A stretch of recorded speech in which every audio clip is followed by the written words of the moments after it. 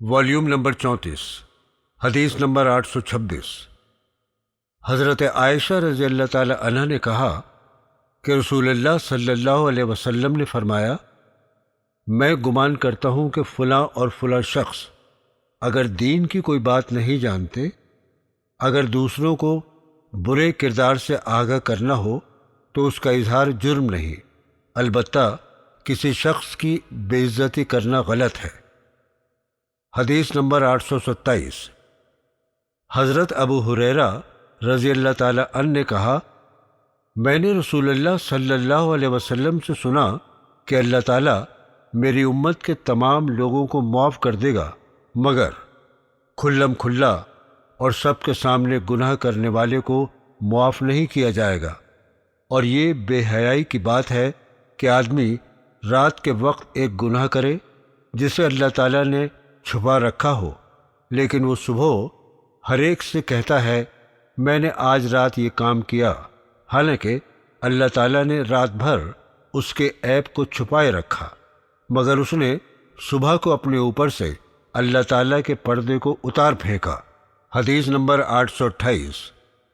حضرت عبداللہ بن عمر رضی اللہ تعالی عنہ نے کہا کہ رسول اللہ صلی اللہ علیہ وسلم نے فرمایا، سچائی انسان کو نیکی کی طرف لے جاتی ہے اور نیکی جنت میں لے جاتی ہے، اور آدمی سچ بولتا رہتا ہے یہاں تک کہ وہ صدیق کا مرتبہ حاصل کر لیتا ہے۔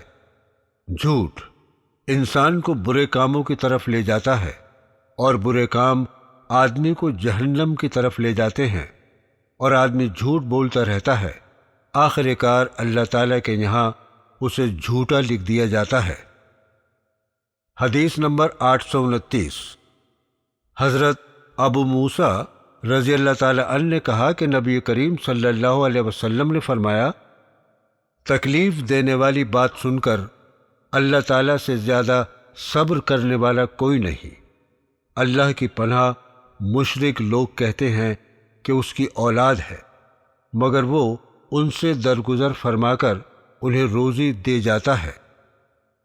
حدیث نمبر 830۔ حضرت ابو ہریرہ رضی اللہ تعالی عنہ سے روایت ہے کہ رسول اللہ صلی اللہ علیہ وسلم نے فرمایا، پہلوان وہ نہیں جو کشتی میں دوسرے کو گرا دے، مگر پہلوان وہ ہے جو غصے کے وقت اپنے آپ کو قابو میں رکھے۔ حدیث نمبر 831۔ حضرت ابو ہریرہ رضی اللہ تعالی عنہ نے کہا کہ ایک آدمی نے نبی کریم صلی اللہ علیہ وسلم سے عرض کیا، مجھے کچھ وصیت فرمائیں۔ آپ نے فرمایا، غصہ نہ کرو۔ اس نے کئی مرتبہ یہی معلوم کیا اور آپ نے یہی فرمایا، غصہ نہ کرو۔ حدیث نمبر 832۔ حضرت عمران بن حسین رضی اللہ تعالی عنہ نے کہا کہ نبی کریم صلی اللہ علیہ وسلم نے فرمایا، شرم اور حیا سے ہمیشہ خیر ہی ملتی ہے۔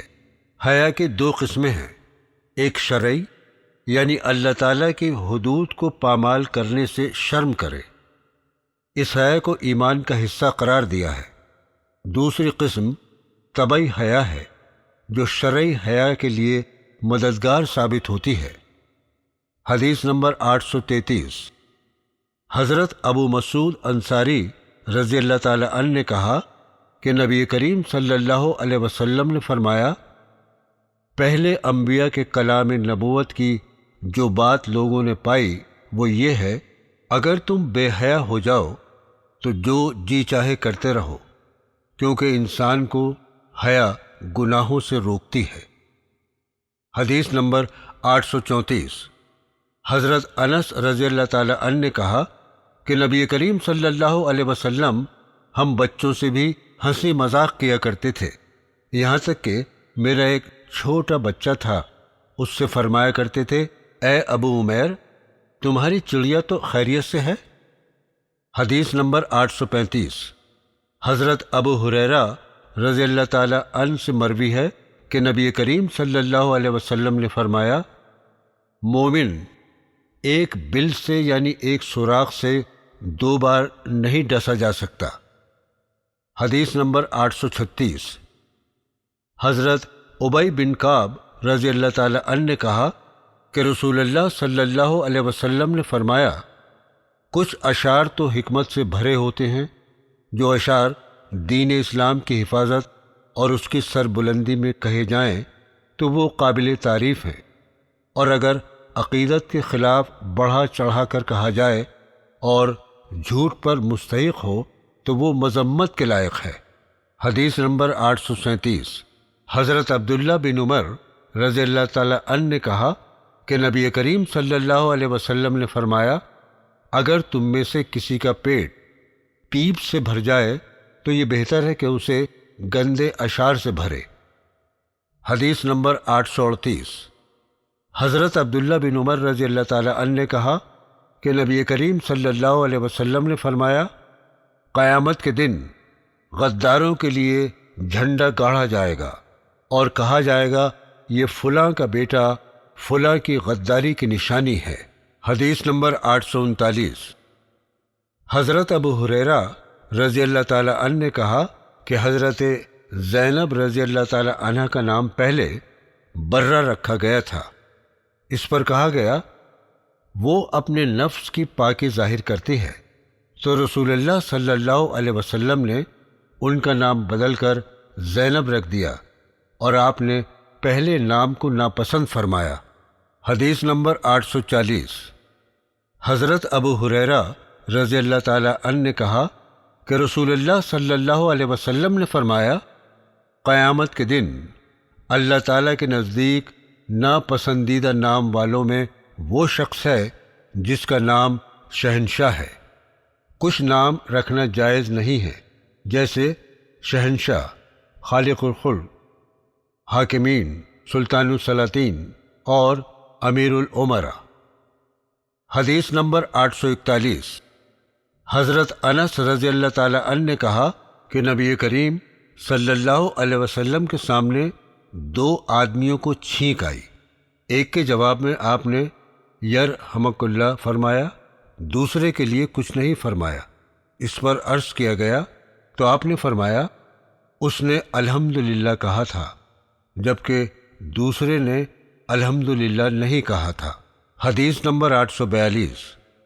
حضرت ابو ہریرہ رضی اللہ تعالی عنہ نے کہا کہ نبی کریم صلی اللہ علیہ وسلم نے فرمایا، اللہ تعالیٰ چھینک کو پسند فرماتا ہے اور جماحی کو ناپسند فرماتا ہے، سو جب تم میں سے کسی کو چھینک آئے تو وہ الحمدللہ کہے، تو سننے والے مسلمان پر ضروری ہے کہ وہ یرحمک اللہ کہے، لیکن جماحی شیطان کی طرف سے ہے، اس لیے جہاں تک ممکن ہو اسے روکا جائے۔ حدیث نمبر 843۔ حضرت ابو ہریرہ رضی اللہ تعالی عنہ نے کہا کہ نبی کریم صلی اللہ علیہ وسلم نے فرمایا، چھوٹا بڑے کو، چلنے والا بیٹھے ہوئے کو اور تھوڑے آدمی زیادہ کو سلام کریں۔ حدیث نمبر 844۔ حضرت ابو ہریرہ رضی اللہ تعالی عنہ سے روایت ہے کہ رسول اللہ صلی اللہ علیہ وسلم نے فرمایا، سوار پیدل کو، چلنے والا بیٹھے ہوئے کو سلام کرے۔ حدیث نمبر 845۔ حضرت عبداللہ بن عمر رضی اللہ تعالی عنہ سے مروی ہے کہ رسول اللہ صلی اللہ علیہ وسلم سے ایک شخص نے معلوم کیا کہ اسلام میں کون سا کام بہتر ہے۔ آپ نے فرمایا، محتاجوں کو کھانا کھلانا اور واقف اور ناواقف سب کو سلام کرنا سب سے بہتر کام ہے۔ حدیث نمبر 846۔ حضرت سہل بن سعد رضی اللہ تعالی عنہ نے کہا کہ نبی کریم صلی اللہ علیہ وسلم اپنے گھر میں ایک کنگھے سے بال سنوار رہے تھے۔ ایک شخص نے آپ کے حجرے میں کسی سوراخ سے جھانکا۔ آپ نے فرمایا، اگر مجھے معلوم ہوتا کہ تم جھانک رہے ہو تو میں تمہاری آنکھوں میں یہ کنگھا چبھو دیتا، کیونکہ کہیں بھی داخل ہونے سے پہلے اجازت مانگنا ضروری ہے۔ حدیث نمبر 847۔ حضرت انس رضی اللہ تعالی عنہ بچوں کے پاس سے گزرے تو انہیں سلام کیا اور فرمایا کہ نبی کریم صلی اللہ علیہ وسلم بھی ایسا ہی کیا کرتے تھے، ان کے سر پر ہاتھ پھیرتے اور ان کے لیے خیر و برکت کی دعا فرماتے تھے۔ حدیث نمبر 848۔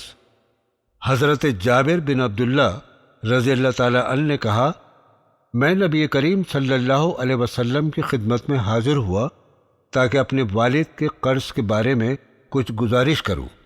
میں نے دروازے پر دستک دی تو آپ نے پوچھا کون ہے؟ میں نے کہا میں ہوں۔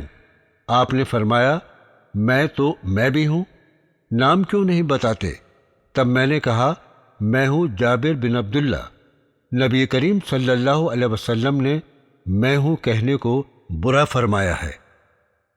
حدیث نمبر 849۔